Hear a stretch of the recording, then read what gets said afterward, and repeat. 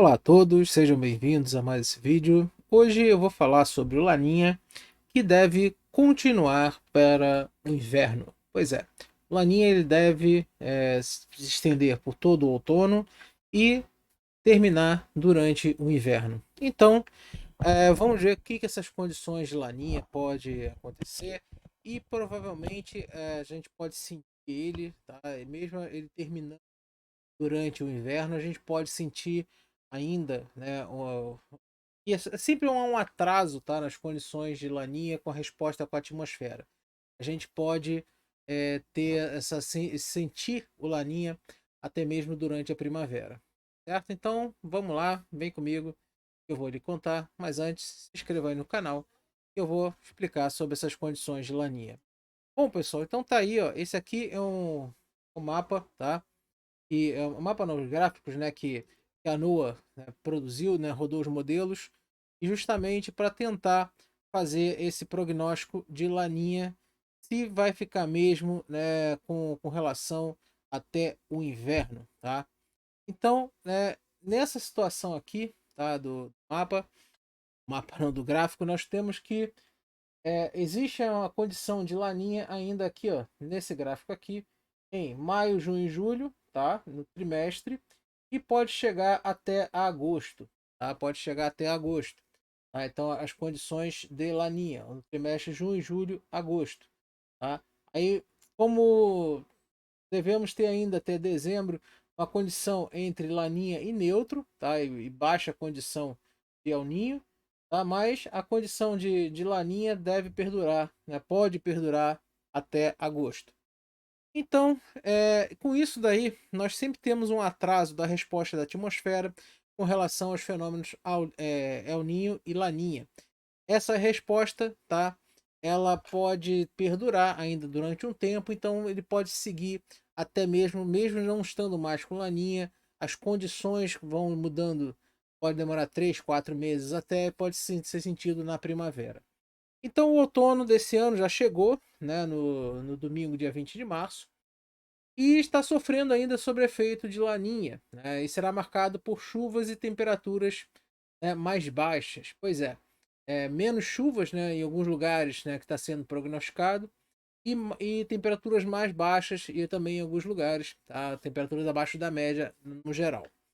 Então esse fenômeno, como a gente sabe que representa o resfriamento anormal, né, das águas do Pacífico, anormal a gente fala, né, dentro de uma média, que a gente chama dessa linha aqui, e em cinzazinho, né, que seria o fenômeno que aqui nós temos condição de laninha, aqui nós temos neutro e aqui nós temos El Ninho, tá, o vermelho. Então, nessas condições o dito normal é neutro, tá? Mas na verdade não é normal, é apenas uma fase, tá? Então, essa oscilação que é o ENSO, né? Que é o ENSO, que é El Ninho oscilação sul, tá? Traduzido para o português, existem três fases, que é a fase fria, que é o Laninha, que é a fase neutra, que é o neutra, e a fase quente, que é El Ninho, certo? Então, esse resfriamento anormal do Pacífico, ele provoca no Brasil alguns efeitos, tá? Alguns efeitos bem opostos, né, de intensificação de chuvas. Por exemplo, na Amazônia e na parte no Sudeste, parte do Nordeste e em parte até do Sudeste, tá? Apesar de, no geral, o Sudeste ele enxerga com uma diminuição em algumas áreas de chuvas, certo?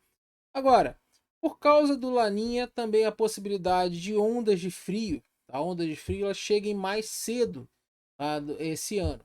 Então, mesmo assim, a tendência é que elas não sejam assim tão. Essas ondas de frio elas venham bastante, cheguem mais cedo, cheguem forte, mas não durem tantos dias.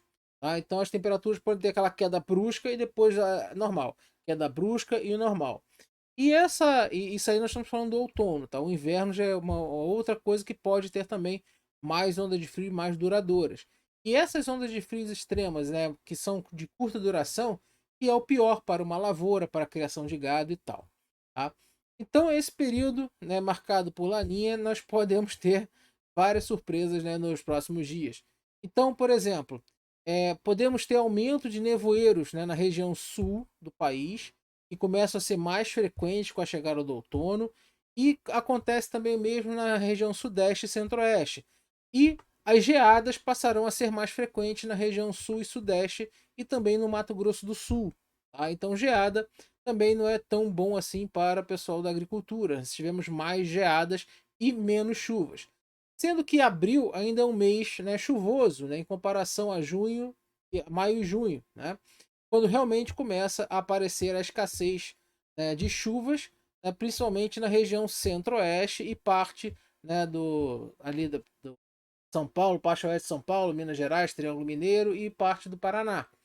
Agora acontece que a tendência do outono é que em maio começa a diminuir mesmo já as chuvas, tá?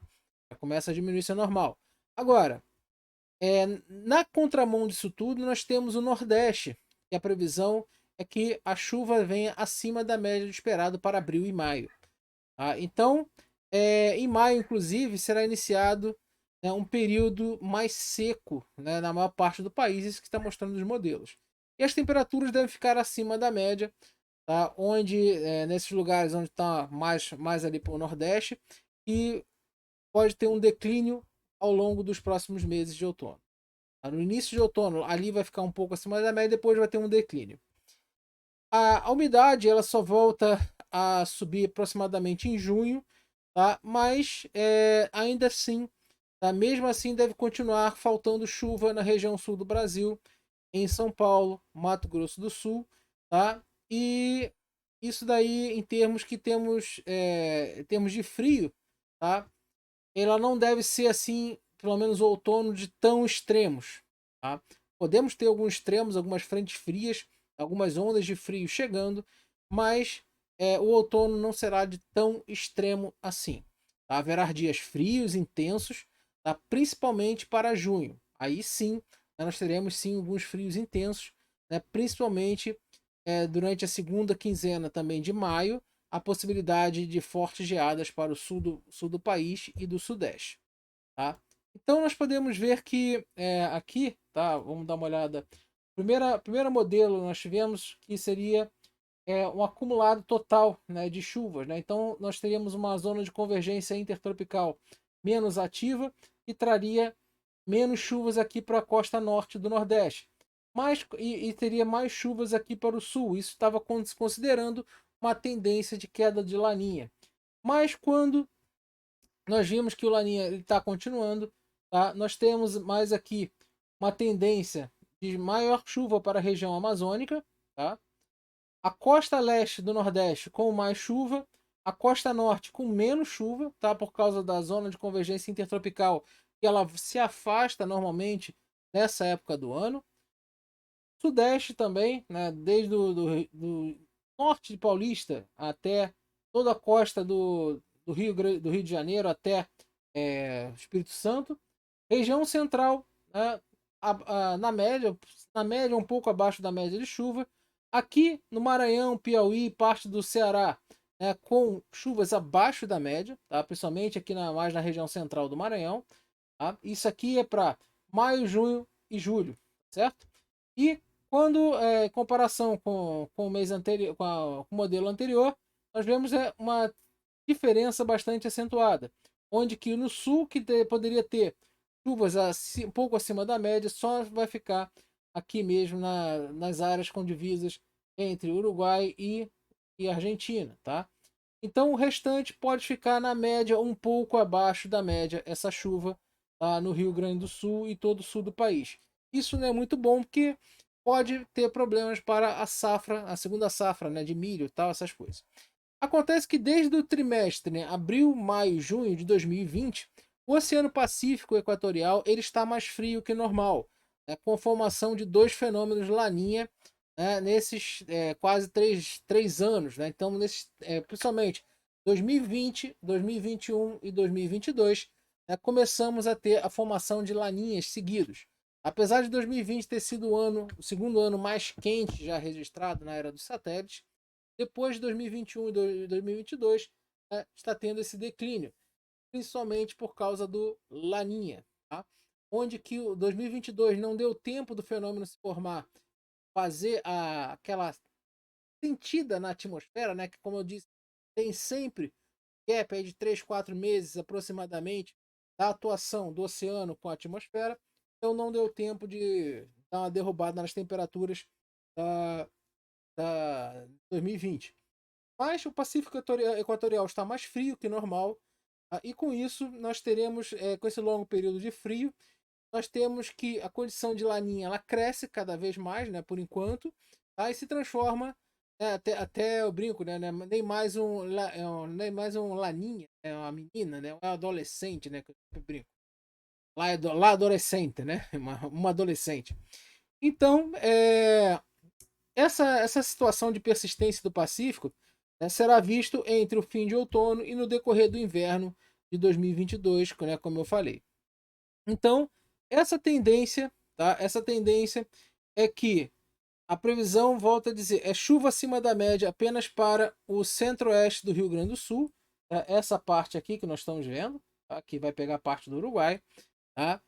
Todas as demais áreas do estado estão com precipitação dentro da média ou, ou um pouco abaixo da média, tá? E o que não significa muito, já que é um trimestre normalmente seco, tá? Então, a precipitação normalmente no Brasil aqui ela vai estar dentro da média ou um pouquinho abaixo da média, tá? Tirando essa parte do Nordeste mesmo. Então, a atual estiagem que nós tivemos na Bahia, Espírito Santo, Minas Gerais, tá? Aqui, né, mais aqui nessa área, tá? Que tivemos uma atuagem, a estiagem, ela trata-se, né, de um bloqueio atmosférico chamado vórtice ciclônico de altos níveis, onde que, quando ele está mais deslocado para cá, simplesmente ali ele não deixa chover, mas ele chove no entorno. Então, tem chovido, né, nesses últimos dias, né, mais por essa região aqui, parte da costa norte, parte da costa leste e também parte do sudeste, tirando o norte de Minas Gerais e Vale do Jequitinhonha.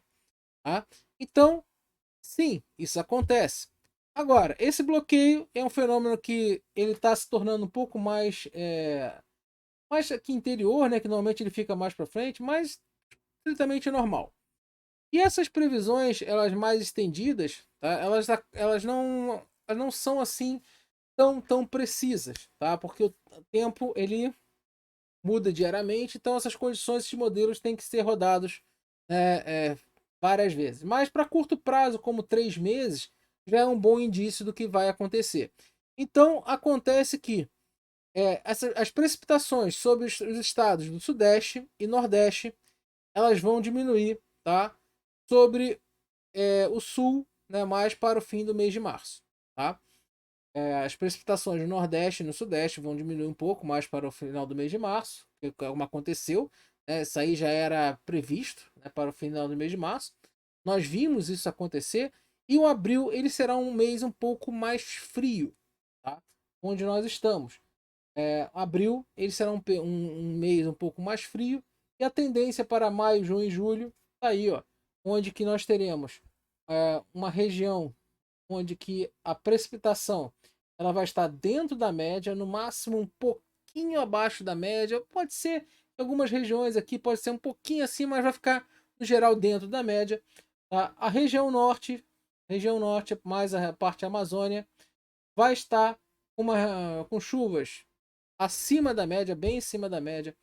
A costa aqui que vai desde do norte paulista, desde o noroeste paulista até Rio de Janeiro, Espírito Santo, até aqui o Rio Grande do Norte, toda a faixa leste, incluindo parte do interior, tá? Vai estar com chuvas também acima da média, tá certo? E com isso, né, nós teremos o quê? Nós teremos, né, talvez com mais riscos nessas áreas aqui, principalmente na área de Salvador para cima, até no máximo aqui em Pernambuco, áreas com chances maiores de chuvas mais fortes e aqueles transtornos, tirando também, ó, região do Amapá, já que a zona de convergência intertropical vai estar muito mais para cima, tá? Então, isso aqui nós estamos falando em média. Não quer dizer que não passe uma frente fria aqui e forme aqui um corredor de umidade e desabe o mundo aqui no Sudeste. Pode ter sim dias, né, onde isso pode acontecer. Até porque as frentes frias no inverno elas se tornam mais frequentes, tá? Mas teoricamente elas são mais continentais, então elas não passam tão aqui rente à costa, mas com laninha elas podem dar essa desviada, tá? Justamente pelo padrão de alta pressão que fica aqui expulsando esses ventos, tá? Então, os ventos ele vêm de leste para oeste, então aqui no Pacífico, tá? Aqui nessa costa sul-americana, sim, há tendência de menos chuva porque a água está mais resfriada, a água quente está sendo empurrada para a costa da Austrália, isso fortalece as monções naquela região e está desabando o mundo, como nós estamos vendo na Turquia, lá em outros locais onde as chuvas estão bastante severas, justamente pelo fortalecimento das monções com relação ao Laninha, tá certo? Então nessa situação, tá, vamos ter um Laninha mais persistente, com anomalias de chuvas tanto positivas em alguns lugares, quanto dentro da média, ou um pouquinho abaixo, ou um pouquinho acima, né, na maioria do Brasil e abaixo da média naquela relação ali, naquela situação ali no Nordeste, tá? Isso nós estamos falando para o mês de maio, junho e julho, tá, de 2022, ou seja, entre outono e inverno, tá? Onde que o Laninha ele deve perdurar até o inverno e nós já estamos tendo desde 2020, tá, opa, saiu aqui, desde 2020, tá, uma Laninha, né, persistente. Nós estamos tendo aqui uma maior quantidade de Laninha, tá? Onde que isso daí representa com uma oscilação do Pacífico, oscilação decadal do Pacífico, entrando vagarosamente lá numa fase mais fria. E aí, uma oscilação de uma fase mais fria, há uma alteração, tá? Simplesmente nas condições de circulação atmosféricas globais. Isso aí interfere fortemente, no clima, certo? Então é isso aí, galera. É isso que eu queria falar com vocês. Espero que tenham gostado. Gostou? Larga o dedão no like. Deixa sua pergunta aí que de repente eu faça um vídeo com as suas perguntas. Não quero que esse vídeo fique longo, até porque esse vídeo é gravado. Um forte abraço para vocês e até a próxima.